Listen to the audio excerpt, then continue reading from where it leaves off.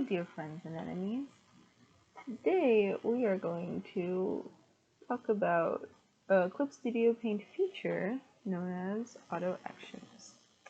Now there's no actual drawing being done in this speed paint video. There's more of a speed use a digital drawing program video.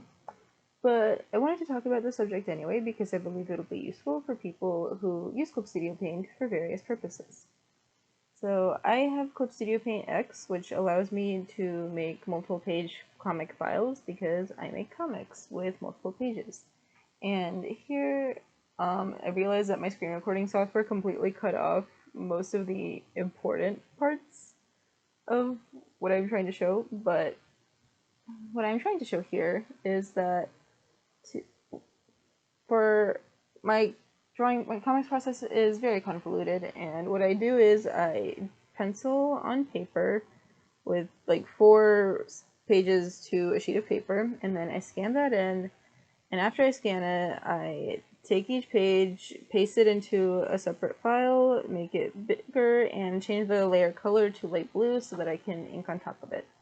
And that takes kind of a long time, and it's very annoying if you're doing it to 28 pages in a row. So a way for me to make it easier is I set Clip Studio Paint to record the actions that I take the first time I do this, and then every time after that I just hit run auto action, and then it does. But the problem is I'm not 100% sure how automatic actions work, so when I run my auto actions, instead of pasting the image into another document, it enlarges the image and changes the layer color in the same file. So after that I have to cut and paste it into a new file where I want it to be. And sometimes I forget to cut and paste the right thing or delete the layer afterwards, and then it is slightly more effort than it would be otherwise. So if you are watching this video and you see weird little pauses where I don't seem to be doing anything much, it is because I messed up and I'm trying to fix it. So much of making comics and making art in general is about trial and error, which I think is very important to remember. Also, another thing about comics is that every single cartoonist that exists on the planet has a different process for making comics, and every single process is very strange in some way or another. I know somebody who never draws thumbnails. I know somebody who never plans their comics and just draws whatever, and then reads the dialogue out loud and records that, and that becomes the dialogue. Everybody has weird comics processes. There's no such thing as a normal process of making comics, and that's why whichever way you make your comics, you are valid. And you are a real cartoonist, no matter what anyone else says. Yeah, so as you can see, my comic is 28 pages long, and I drew each page on using like a 6-panel grid because I originally intended for the comic to be 1 panel per page, and then it got to be like 70 panels, and I was like, that is too many panels to print into a book. So I converted to 6 panels per page, and then I break that grid during key moments for effect. And so you can see here I have a lot of pages in my little file, and I am selecting and I'm running my actions and I'm making it a little bit bigger. And the reason I have to make it a little bit bigger is because I scan my pages at 600 dpi and then I'm drawing at 350. And so it's already like pretty close in size, but not perfect. Also not perfect because I think the template I was drawing the pages on was not the right dimensions, but that's fine. So here I am trying to make the panel borders, and I'm experimenting with different styles of panel border. Clip Studio Paint has really great tools for making panels because it's intended for mangaka, and so I'm using those incredible tools, and I made these 6 panels, and then I want to have an identical grid of 6 panels on every single page, except I can't copy and paste the border layer into other documents. And I can't figure out why that is. So I tried a couple of times. I try remaking the grid in the same file in a couple of different ways. I try copy and pasting in a couple of different ways. I try copy and pasting something else to check and make sure that copy paste within Clip Studio is working normally.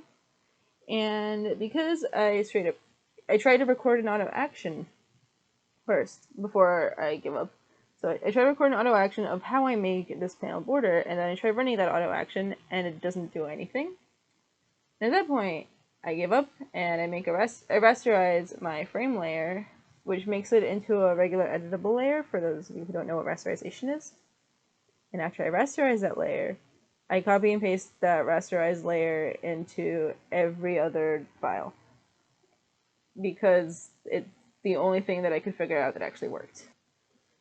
So rasterizing the layer is giving up, because the reason that it's nice to make frames for drawing a comic is that the area outside the little rectangles in the middle, you can't draw in it.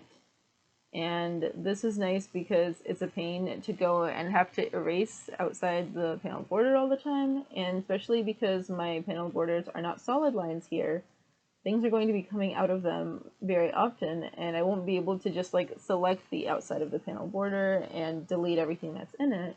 I'm going to have to go in and manually erase every single time I draw a line that goes out of the border. Unless I keep it like that for the aesthetic, but I don't want that aesthetic. So I have admitted defeat, I have rasterized the layers, and I've copy and pasted the rasterized frame layer into all 28 pages of my comic. Except, no, not all 28 pages. I didn't copy paste it into the pages that don't use the 6-panel grid. Copy and paste this frame layer onto every single page because it would not be faster to make an action when it's literally Control-C, Control-V.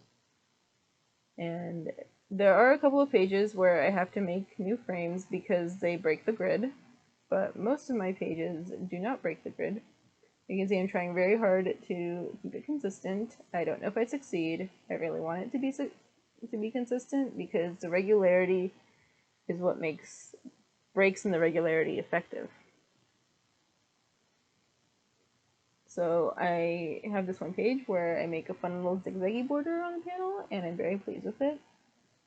And this takes like half an hour in real life time. It was really annoying, but life is about pain. Okay, so here I realized that my screen recording software was not cooperating with me fully.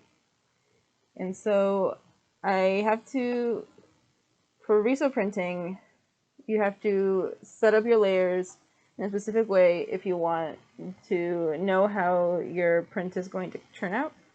And that is what I'm doing here. As you can see, I've screenshotted my layer menu and pasted it into the corner of this video. So you can see here it says, I have the two ink colors that I'm using on screen layer mode screen. And then I have the layers in which I'm going to be inking and coloring my comic on multiply, so that when I draw in them, they're going to react with each other the way they would with printed ink. But if I turn off the screen layer, then I'll just have grayscale that will print.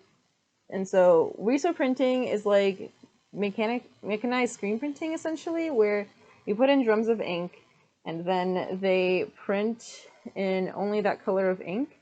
And if you layer different colors, they layer the way you layer colors when you're making a screen print. And because I've done some screen printing, this is something that makes intuitive sense to me. But this method of layer organization is something that I borrowed from my friend Kaylee at Kaylee Rowena on all social media. I will link to the post where she describes this in the description. And so after I do all this, or after I decide that I need to do all of this, I have to do it on all 28 pages. And so one of the ways I decided to try and automate this was I set up recording auto actions, and I start recording the automatic actions, or the actions that I'm taking to accomplish this on every page. So the first time I record these auto actions, there's a lot of steps, as you can see by that row of check marks on the right. And then I run it, and it doesn't work perfectly. Some of the layers end up, yeah, see, there's a lot of steps. And so it doesn't work perfectly. And some of the layers end up in, like, out of order, or the screen layers don't have any color in them. But I was like, this is close enough. I can keep doing this. And so I did it a couple of more times. And then I realized that it would actually be so much faster if I simply selected the layers in order and then copy and pasted those layers, because they're not masking layers, so I can do that. So after I messed around with the layer orders and the auto actions on half of my document, I finally realized this, and I started copying and pasting the layers that I needed in order on every document. This was, it felt like I had wasted a lot of time, but trial and error, trying something new, working out new things about how to use automatic actions in Clip Studio Paint. These are all very important things in life.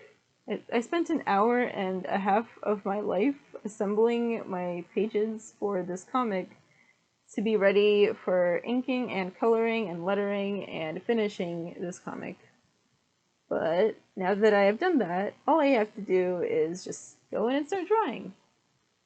And so I hope this encourages you to use automatic actions next time you try to make a complicated project in Clip Studio Paint. Complicated repetitive project in Clip Studio Paint. Yeah. Thank you for watching, my beautiful viewers. And I will see you next time. Miscellaneous Melange.